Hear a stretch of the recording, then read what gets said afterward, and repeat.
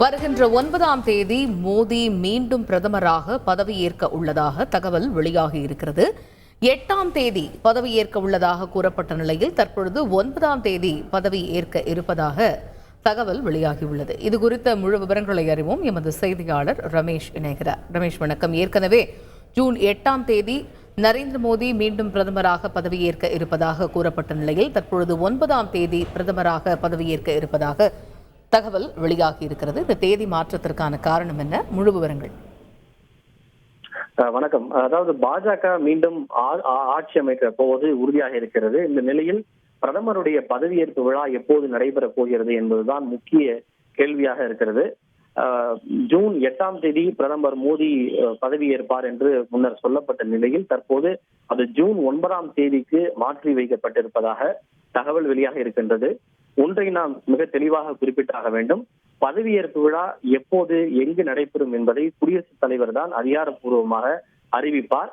குடியரசுத் தலைவர் மாளிகையில் அதற்கான பணிகள் ஏற்கனவே தொடங்கி நடைபெற்று வருகின்றது.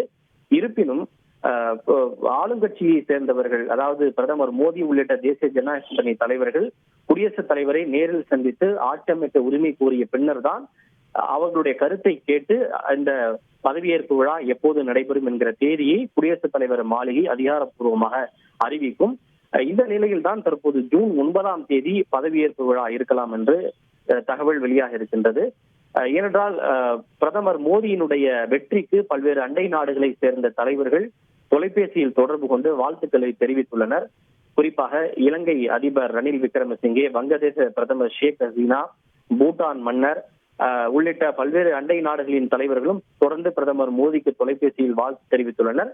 தன்னுடைய பதவியேற்பு விழாவில் கலந்து கொள்ள வருமாறு பிரதமர் மோடி அவர்களுக்கு நேற்று அழைப்பு கொடுத்திருக்கிறார். அவர்களும் பிரதமர் மோடியினுடைய அழைப்பை ஏற்று தாங்கள் வருவதை உறுதி செய்திருக்கிறார்கள். தற்போது வரை நேபாள் பிரதமர் காம்ரேட் பிரச்சாண்டா, வங்கதேச பிரதமர் ஷேக் ஹசீனா, இலங்கை அதிபர் ரணில் விக்ரமசிங்கே உள்ளிட்ட தலைவர்கள் தாங்கள் நிச்சயமாக பதவியேற்பு விழாவில் கலந்து கொள்வோம் என்று தெரிவித்திருக்கிறார்கள். நாளைய தினம் அவர்கள் புறப்பட்டு வரும் ஞாயிற்றுக்கிழமை வரை அவர்கள் இந்தியாவில் இருப்பதாக ஏற்பாடு தயாராக இருக்கிறது. இன்னும் சில அண்டை நாடுகளுடைய தலைவர்களுடைய பதவியேற்பு விழாவில் கலந்து கொள்ள வசதியாக ஜூன் 9ஆம் தேதி அந்த பதவியேற்பு விழாவுக்கு ஏற்பாடு செய்யப்பட்டிருப்பதாக தகவல் வெளியாக இருக்கின்றது. ஒருபுறம் குடியரசுத் தலைவர் மாளிகையிலும் அதற்கான ஏற்பாடுகள் ஜரூராக நடைபெற்று வருகின்றது.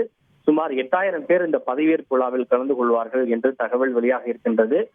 மத்திய தகவல் மற்றும் ஒலிபரப்பு துறையை சேர்ந்த அதிகாரிகள் சிலரும் சற்று முன்னதாக குடியரசுத் தலைவர் மாளிகையில் இந்த பதவியேற்பு விழாவுக்கு நடைபெறக்கூடிய ஏற்பாடுகளை நேரில் ஆய்வு செய்திருக்கின்றனர். எனவே ஜூன் 9ஆம் தேதி பதவியேற்பு என்பது கிட்டத்தட்ட ஒரு 80% உறுதி செய்யப்பட்டிருக்கிறது. இருப்பினும் நாளைய தினம் நடைபெறக்கூடிய தேசிய ஜனநாயக கூட்டணி நாடாளுமன்ற குழு கூட்டத்தில் நாடாளுமன்ற கட்சி தலைவராக பிரதமர் மோடி தேர்வு செய்யப்பட்ட பிறகு அவர்கள் குடியரசுத் தலைவரை நேரில் சந்தித்து ஆட்சி அமைக்க முறைப்படி உரிமை கோருவார்கள். அதன்படி ஆட்சி அமைக்க குடியரசுத் தலைவர் பிரதமர் மோடிக்கு அழைப்பு விடுப்பார். அந்த அழைப்பு விடுக்கப்பட்ட பின்னர் பதவியேற்பு விழா எப்போது என்பதை அதிகாரப்பூர்வமாக குடியரசுத் தலைவர் மாளிகை நாளை அறிவிக்க உள்ளது.